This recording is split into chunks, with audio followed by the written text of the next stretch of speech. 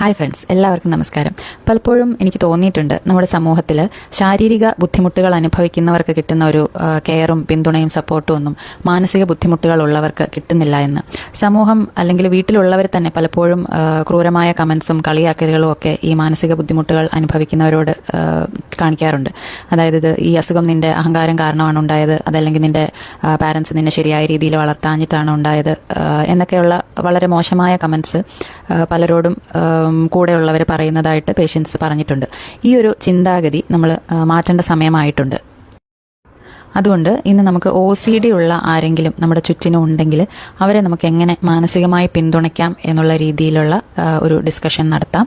ആദ്യമായിട്ട് നമ്മൾ ചെയ്യേണ്ടത് ഈ OCD ഉള്ളവർ അവരുടെ ഈ റിപ്പീറ്റഡ് ആയിട്ട് വരുന്ന തോട്ട്സ് ഒന്ന് നിർത്താൻ വേണ്ടിയിട്ട്, അതല്ലെങ്കിൽ അതിൽ നിന്നൊരു മോചനം കിട്ടാൻ വേണ്ടി അവർ കമ്പൽഷൻസ് ചെയ്യുമല്ലോ. അതായത് വീണ്ടും വീണ്ടും കൈ കഴുകുക, അതല്ലെങ്കിൽ വീണ്ടും പ്രാർത്ഥിക്കുക, സ്റ്റെപ്പുകൾ കയറി ഇറങ്ങുക, വീണ്ടും കുളിക്കുക, മണിക്കൂറുകളോളം കുളിച്ചുകൊണ്ടിരിക്കുക, അങ്ങനെയുള്ള കാര്യങ്ങൾ ചെയ്യുമ്പോൾ ഈ ഒരു ഇങ്ങനെ ചെയ്യുന്നതിന് നമ്മൾ കമ്പൽഷൻസ് എന്ന് പറയും. ഈ കമ്പൽഷൻസിനെ നമ്മൾ ഒരിക്കലും സപ്പോർട്ട് ചെയ്യുകയോ പിന്തുണയ്ക്കുകയോ ചെയ്യരുത്, അതല്ലെങ്കിൽ അതിൽ പങ്കാളികളാവുകയോ ചെയ്യരുത്.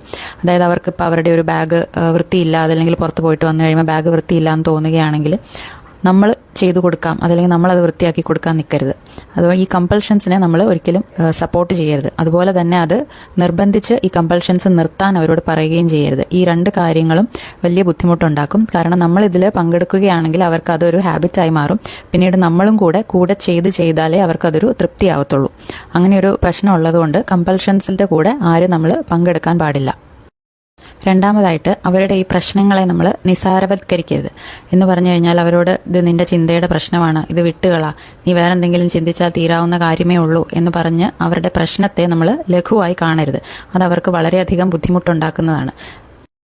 നമ്മൾ വീട്ടിലോ ഓഫീസിലോ ഒക്കെ ചെയ്യുന്ന പല ജോലികളിലും ഈ OCD ഉള്ളവർക്ക് പങ്കെടുക്കാൻ താല്പര്യമുണ്ടെങ്കിലും അവരുടെ ഈ ചിന്തകൾ കാരണം അവർ പലപ്പോഴും മാറി നിൽക്കുന്നതായി കാണാറുണ്ട്.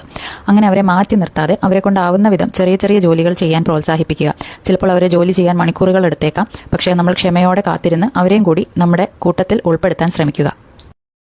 OCD ഒരു മനോരോഗമാണ്, സ്വഭാവ വൈകല്യമല്ല എന്നവരെ പറഞ്ഞ് മനസ്സിലാക്കി ഒരു ചികിത്സയ്ക്ക് വേണ്ടി അവരെ തയ്യാറെടുപ്പിക്കുക എന്നുള്ളതാണ് നമുക്ക് അവർക്ക് വേണ്ടി ചെയ്യാൻ പറ്റുന്ന ഏറ്റവും വലിയ കാര്യം. എപ്പോഴും ഓർക്കുക, ചുറ്റുമുള്ളവരുടെ സ്നേഹവും പിന്തുണയുമാണ് മനോരോഗികളുടെ ഏറ്റവും വലിയ കരുത്ത്. Take care. Thank you.